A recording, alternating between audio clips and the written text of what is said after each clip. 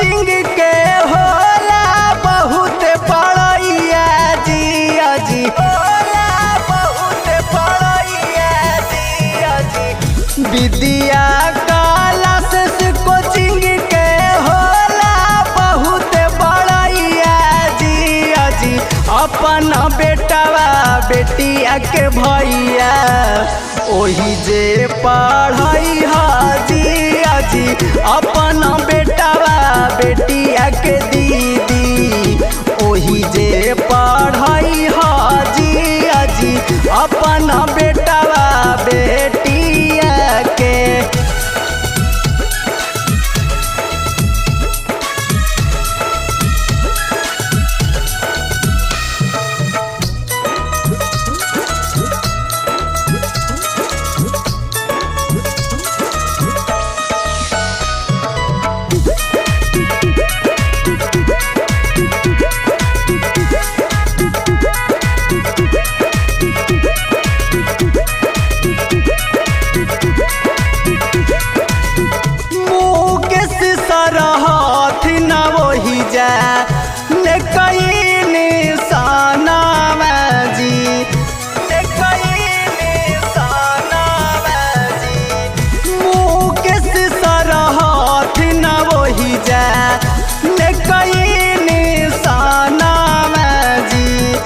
बचवन के ज्ञान देके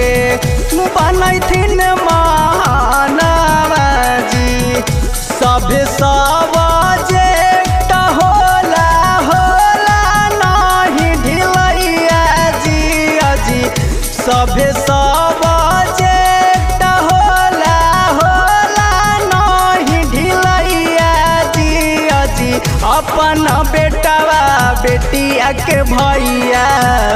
ओही जे पढ़ाई हाजी अजी अपन बेटावा बेटिया के दीदी ओही जे पढ़ाई हाजी अजी अपन बेटावा बेटिया के।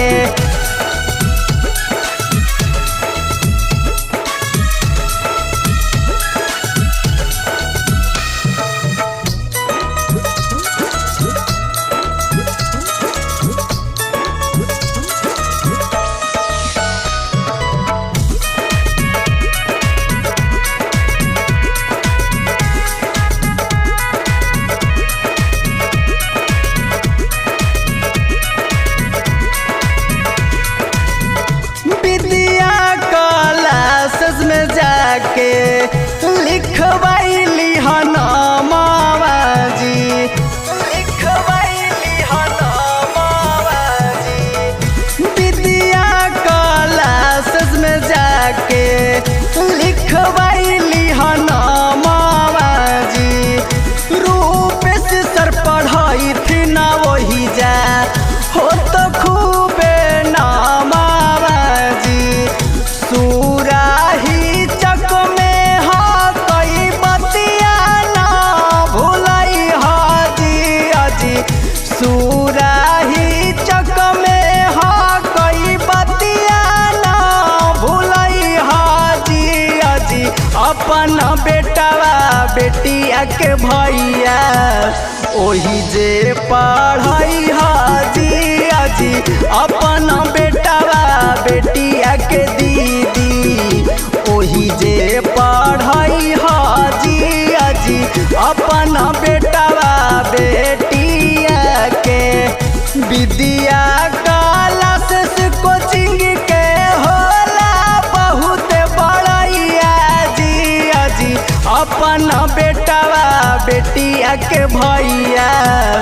ओही जे पढ़ाई हाजी अजी अपन बेटावा बेटिया के दीदी ओही जे पढ़ाई हाजी अजी अपन बेटा